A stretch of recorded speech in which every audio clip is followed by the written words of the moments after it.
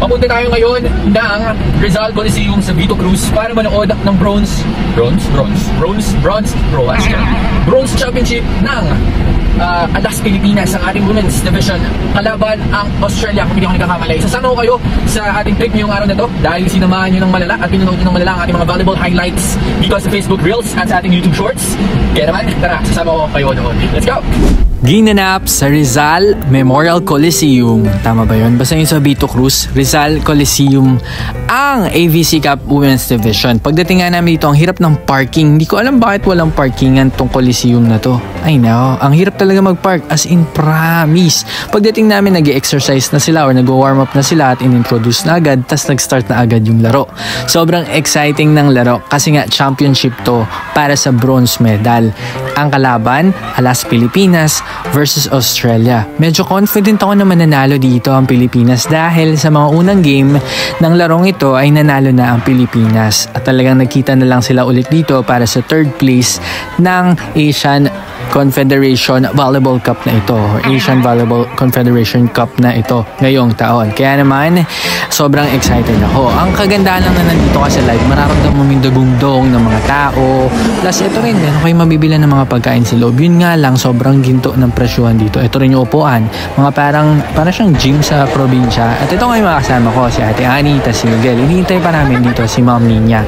Kasi galing pa siya ng Cavite.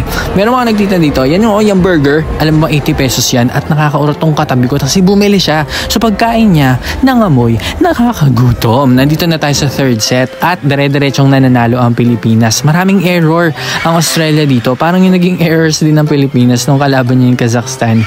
Pero hindi pa rin naman nagpatalo ang Australia. Talagang humahabol sila sa galing ng Alas Pilipinas. Yun lang ay hanggang third set, first, second, third ay nanalo nga ang Alas Pilipinas. At mapapanood ang ilan sa mga highlights dito sa ating Facebook page o Facebook account. Kung hindi pa kayo naka-follow, follow nyo na tong account natin na to dahil magpo-post pa tayo ng marami pang mga highlights mula sa championship na ito. At dumating na nga si Ma'am Ninya bago matapos ang laban. Congratulations Alas Pilipinas! After noon ay nag-food trip na tayo dito. May mga chips dito, may mga drinks at lumabas si Miguel para bumili ng milk tea. Eto na nga si Miguel. Dala na niya ang milk tea. Maraming bilihan ng mga pagkain sa labas. Medyo mura-mura pag lumabas kayo. Hindi ko lang alam kung paano napasok na Miguel to. Pero pwede naman yata kasi napasok niya ng buong-buo. Or kasi merchant naman yung binila niya sa labas, no? So habang naghihintay ay nag-umpisa na nga ang laban ng championship para sa gold and silver. Laban ng Vietnam at ng Kazakhstan. Napakalupit ng Vietnam. Tapos tong katabi ko, nagbukas na naman ng siomay na may sauce pa. Ay naku, gutom na ako kasi sobrang tagal ng laban pero sobrang exciting. Kasi hindi namin sure kung sino man nanalo. Pero sobrang galing pala talaga ng Vietnam. Wala pala talaga sa height. Kaya yung mga nagbabash dyan sa Alas Pilipinas sa aking comment sections, guys, wala talaga sa height. Pag Vietnam po, yeah. Vietnam po, yeah. May mga Vietnamese nga sa crowd at ang sigaw nila lagi, Vietnam oh yeah. So yun din yung sinisigaw namin dahil sinusuportahan namin yung Vietnam dahil malupit talaga sila. Anyway, in 3 sets, nanalo pa rin ang Vietnam versus Kazakhstan kasi naglaban na rin sila before at nanalo pa rin naman ang Vietnam. Yun din, naulit lang yung laban nila ngayon. So while nananalo sila, ayan, nagpo-food trip na naman kami dito sa gilid. Tapos, nag-food trip ulit kami. Puro kami food trip habang naglalaro sila kasi nakakagutom talaga. Plus yung mga katabi namin, sobrang sasarap ng mga kinakain nila. After ng game nila, nanalo ang Vietnam. Inayos na yung kanilang stage and award na agad. Tapos yung laban, nanalo ang Vietnam versus Kazakhstan.